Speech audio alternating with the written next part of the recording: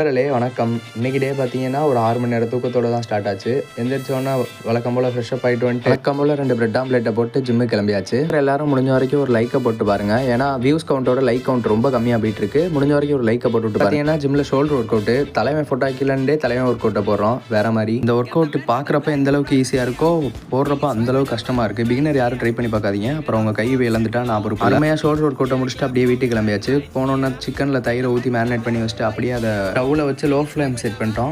அப்புறம் அப்படியே தேவையான மசாலா உப்பு எல்லாத்தையும் சேர்த்துட்டு கொஞ்ச நேரம் நல்லா வேக விட்டாச்சு. முடிஞ்ச வரைக்கும் சிக்கனை லோ ஃப்ளேம்லேயே வச்சு ரொம்ப நேரம் குக் பண்ண பாருங்க. அப்போ தான் சிக்கன் நல்லா வெந்து வரும் உங்களுக்கு. அப்புறம் பிரேக்ஃபாஸ்ட்னு பார்த்தீங்கன்னா அந்த செஞ்சு வச்சிருந்த சிக்கனில் 200 கிராம் ரைஸை போட்டு சாப்பிட்டாச்சு. அப்படியே லஞ்சுக்கு பார்த்தீங்கன்னா ஒரு 250 கிராம் ரைஸ் எடுத்துட்டு அதையும் அந்த சிக்கனோடய சேர்த்து எடுத்துகிட்டு போயிட்டோம்.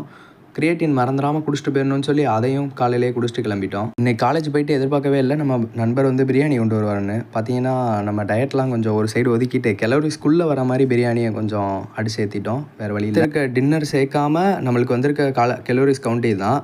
டின்னர் மட்டும் இதில் ஆட் ஆகிக்கிறோம். பார்த்துக்குங்க, இதுதான் டின்னரு. ரைஸை கொஞ்சம் வெஜ்ஜீஸ் வச்சு சாப்பிட்டு வீட்டுக்கு பார்த்தா மணி 11:20. அப்புறம் அப்படியே எடிட்டிங் ஒர்க்லாம் முடிச்சுட்டு நைட் நேரம் நல்லா தண்ணி குடிச்சிட்டு போய் படுத்துட்டோம். அவ்வளோதான் இன்றைக்கி நாள். நாளைக்கு பார்க்கலாம். நன்றி.